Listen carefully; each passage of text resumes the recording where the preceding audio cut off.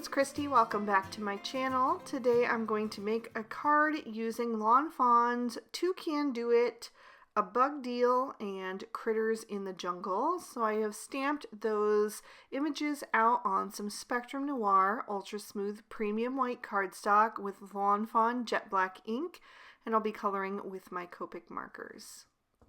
So the second panel I'm actually going to be coloring off screen to save some time in the video, but I'm using the same exact color palette that I'll be using on the images on this panel, so you won't miss anything. I'm going to start with my little leopards, and I'm going to color them with YR20, YR21, and YR23 to start. And I decided to just go straight over the little spots on the back and the tail. I'm going to color them in some darker colors later on, so it was a lot simpler to just color right over those and not have to worry about trying to go around them. So I started with the YR23 for my shadows. I'm blending that out with the YR21 and then using the YR20 for my lightest in this combo. Although when I use this combo for these critters, I like to throw in a little Y11 over top just to warm that combo up a little bit. I think that really adds a nice little bit of life to the critters. So I'm going to move on to my second. I don't know if these are leopards or jaguars. I think they can be either one, whatever you'd like them to be. So excuse me if I switch back and forth in what I call them in this video. But yeah, I'm going to color this one pretty much the same, just switching my light source a bit since this one is coming from the right side and his body is moving toward the left, but his face is turned forward.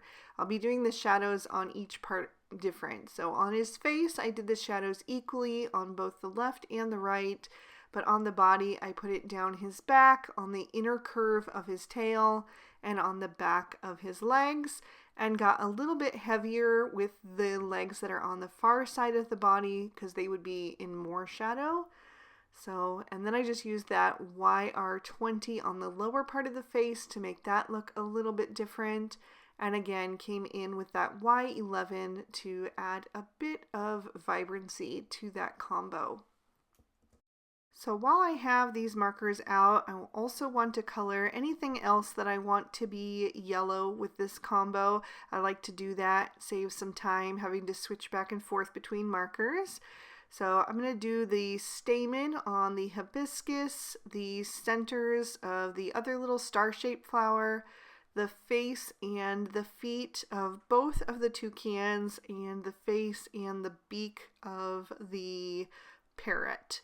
So I'm going to do all of those at once, and where it's where it will be visible, I'll throw in a little of that Y11 again. So just mainly on those larger areas. I didn't bother on the super small ones. And then I'm going to switch to some toner grays. I'm going to use T3, T5, and T7. And that is what I'm going to use for the leopard's spots.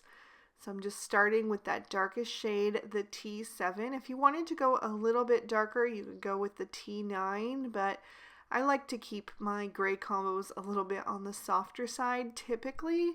So I'm starting with the T7, which I think is still plenty dark. Once I have that laid in on all of the leopard's spots and the ends of their ears and the tips of their tails, I did skip that one, but I'll come back to that in a minute. I'm going to come in with my mid-tone, which is the T5, and start to blend that out.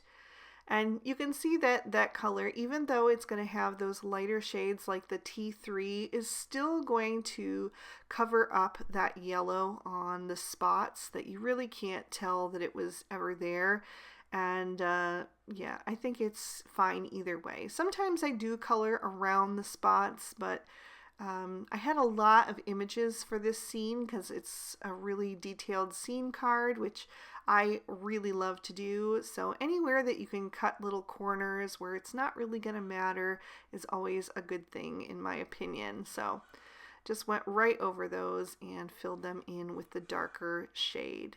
I think using browns would also be nice. Some dark browns for the spots would also be pretty.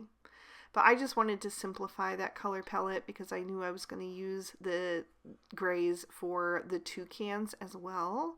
Before I do that, I'm going to color in the little noses from these leopards, and then I'll move up to my toucans, again starting with that T7 and adding in that darkest shade and putting that on the inner edge of the tail, the underside of the wing, and the top of the head. Just anywhere that I think that there would be some shadows there cast by other parts of the body. So added that in, and then I went back to my mid-tone, the T5, and started to blend that out. I'm using a lot more of the darkest two shades on these because I do want them to read as black and not as dark gray. So just being a little more heavy-handed with those darkest two shades, I think really adds a lot of depth to them. And then I'll come in with that T3 to add a little bit of highlight here and there wherever I think that the light would be hitting the most. I think toucans are so much fun to color because you can really play around with the different shades you use on the beak. So I'm moving over to that plant at the bottom right corner. That one is from Critters in the Jungle, and it's a really versatile plant. I like to use that one in a lot of different scene cards. I'm going to split these leaves and color one side with this lighter yellow green combo. It's YG01, YG03, and YG05. I did this recently on another card where I was doing a card inspired by Maureen Simon, and I really liked how that ended up looking with the two-tone effect, so I decided to try that again on this one. And I did throw in a little extra of that YG05 closest to the inner edge just to beef up that saturation. And then I'm going to use this on the first section of the toucan's beaks. I did forget to color the other guy's beak right now, but I will go back and catch that in a little bit. But for the other side of those leaves, I wanted to go with a little bit more of a cool toned green so that I could get more contrast. And I ended up going with G14, G16, and G19. So I just started with that G19 closest to the inner part, and I'm blending toward the ends with the G16 and then the G14 on the very tips. So I am also going to use this shade for something else. I like to tie in all of the colors that I'm using in at least two places. Typically, if I can get three, that's even better. But I'm going to use that for the top section of feathers on my parrot. And then I'm going to move on to some turquoise shades. I'm going to use BG11, BG13, and BG15. And I'm going to do this other leaf here right over on the right hand side above that two-toned plant. Sometimes I like to use blues on leaves. I just think it adds a little bit of something unexpected on a card. And I knew that there was going to be a ton of green on this card, especially once we add in the background as well. So something that would break up all of those green tones is always nice.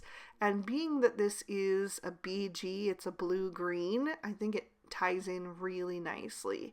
So I started with the BG15 for the darkest, blended out with the BG13, and then I use the BG11 for the highlight.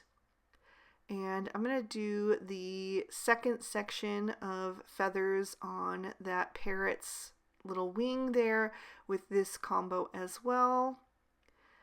And also the first section of his tail feathers. And then I'm going to switch the combo just slightly. I took away the BG15 and added in the BG10. And I'll use this for the second part of the toucan's beaks. And you can see now that the other guy got his green section as well. I just did that off screen quickly. And then I'm going to move on to some darker blues. I'm going with B24, B26, and B29. I'm going to do the lower section of the wing and the end of the tail feathers with this combo. I think this blue is so vibrant and pretty. I just love this combo. And then I'm going to move on to some reds. I'm using R22, R24, and R29 for the body of my parrot. So started with the R29, blended out with the R24, and I did use a lot of those darkest and mid-tone on the parrot because I wanted him to be more red than kind of this pinky tone that is the highlight, the R22. And then I'm going to also use those shades for the ends of the toucan's beak, but this time I'm only using just a touch of that R29 to make it a little bit softer and left more space for that highlight with the R22. Then I'm going to switch up my greens again. This is something kind of in the middle between the two greens that I've used previously. It's kind of still in the yellowish tone, but a little bit more on the cool side. It's YG11, YG13, and YG17. And I'm going to do this fern type plant at the top on the right there. And I'll do a second one on that second panel off screen as well. And then once I've finished with that, I'm going to do the branch, and I decided to go with, this is typically my go-to combo for wood. I think it makes a really rich wood tone. It's E55, E57, and E59.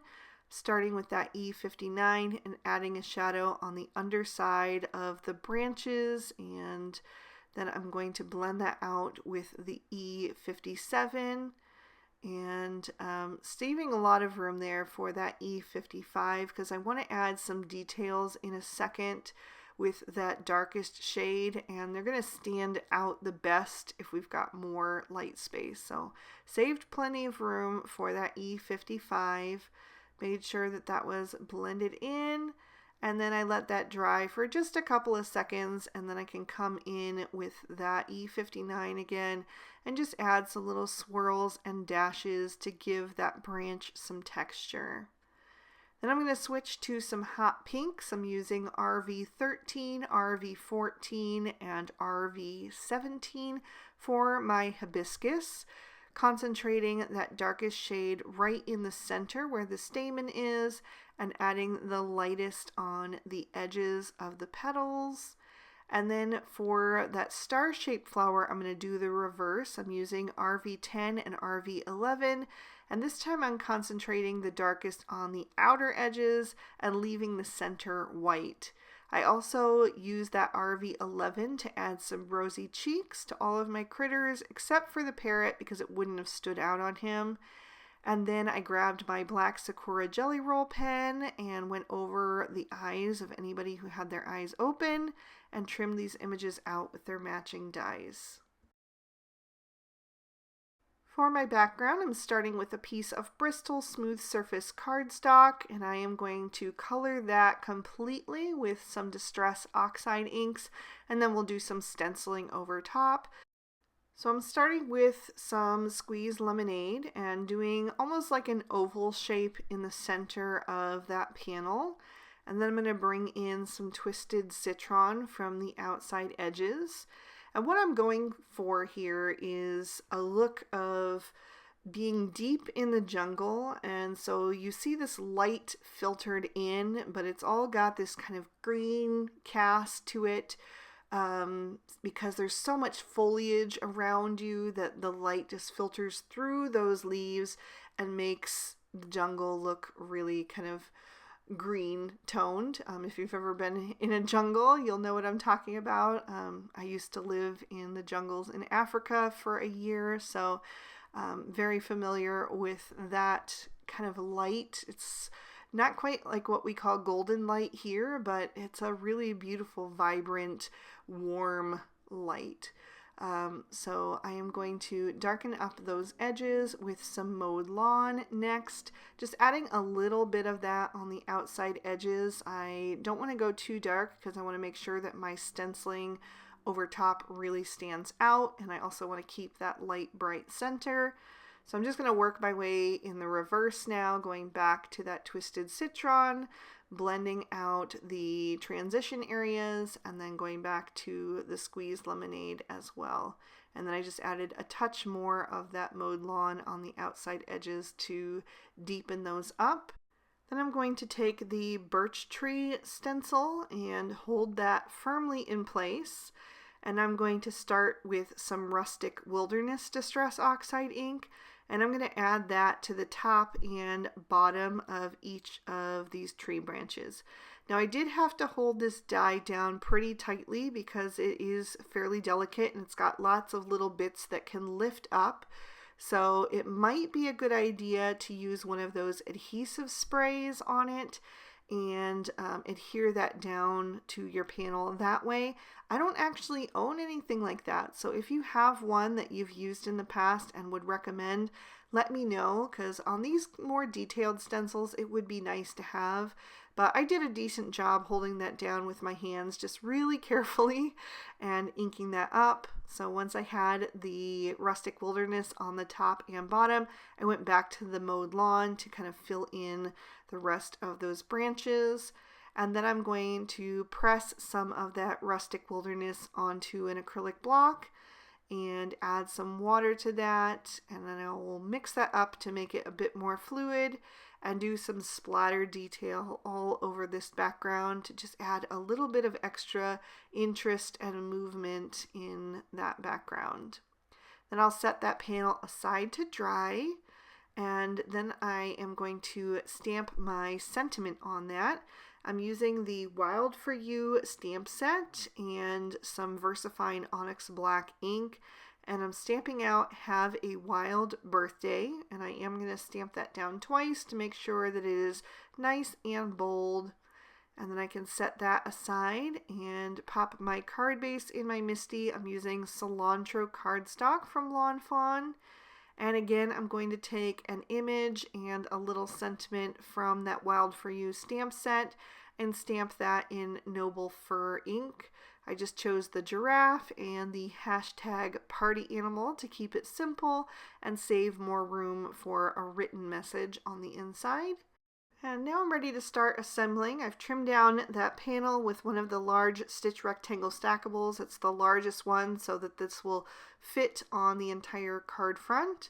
So I'm just going to line that up and make sure that it is straight on there.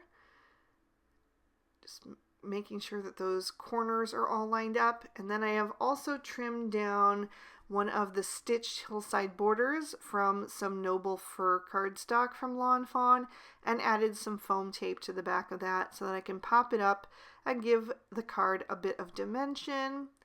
Next, I'm going to bring in my images, and I'm going to start with my branches, and I'm going to add one coming from each side of the card. Just making sure that they are low enough so that I can add a bird sitting on each one, and I just trimmed off the excess with my cutter bee scissors. And then I'm going to add some extra foam tape to my sitting toucan and a little bit of liquid glue where his body will overlap the branch. I'll add him over on the left side. And then I'll do the same for the parrot and add him over on the right. And I think they look so cute up there, perched on their branches. And then I've added these leaves. These are all from a bug deal, same as the branch I am adding them to. And I'm just kind of figuring out where I want those to go. These two I had to be really careful where I placed them because I didn't want to end up covering up part of the sentiment. So I had to just maneuver them carefully there. And the second one I'm actually going to lift up the branch that the parrot is on to add that underneath that other branch just to make sure that it is tucked out of the way there. And I ended up taking off the foam tape that I had on that one too so it could lay a little flatter up under that branch. So I just carefully peeled that up, and then I had to reposition the foam tape that I had on the back of that really carefully, but all was well. And I'm going to start working on the lower part of my scene, adding in some little plants and leaves here, making some clusters on either end. So over on the left hand side, I'm going to add a little trio of plants, and then over on the right hand side, I'm just going to add 2 extra leaves. So I'll have one there, and then I also did another leaf from Critters in the Jungle that I'll add on that side as well. Just try to create, again, that look of the really dense jungle. I'll add my sitting leopard over on the left-hand side. I didn't push her down all the way just yet because I want to make sure that I have them positioned correctly together. So once I have the guy there, I can kind of smooth those down into place. And then I wanted this other toucan to be kind of flying low above the jaguars or the leopards. So I just added that, kind of accenting the sentiment with his wing kind of pointing up toward it. And then I've got a little butterfly that I'm going to add in that empty space over on the left. And then all that's left is my flowers. So I'm going to take the hibiscus flowers and add those to the 2 clusters of leaves toward the bottom of the scene. And then these star-shaped flowers I'm going to add to the tree that the toucan is sitting on the left-hand side. So I had stamped out 3 of the hibiscus flowers and 5 of these star-shaped flowers. So just making sure to add all of those. I did 4 on the ends near the leaves and then 1 over by the toucan. And then I did want to add just a little bit of stickles, so I'm going to fill in the centers of the flowers with Stardust Stickles, my favorite shade. I also did the little spots on the butterfly's wings and the stamen on the hibiscus. And that is going to finish off this card, so I'll lift that up so you can see all of the detail, all of the dimension, and then there's another peek at the inside. I really hope you guys enjoyed this one. If you did, please be sure to hit that like button and subscribe if you haven't already. Ring that notification bell so you never miss a video. I post new ones every Monday and Friday. All of the products that I used today will be listed and linked for you in the description bar below in case you'd like to pick up anything for yourself. And if you'd like to keep watching, here are 2 extra videos I thought you might also enjoy. You can click on either one to check them out. Thank you so much for spending your time with me today. I hope you had a good one, and I'll see you soon in another video. Bye-bye.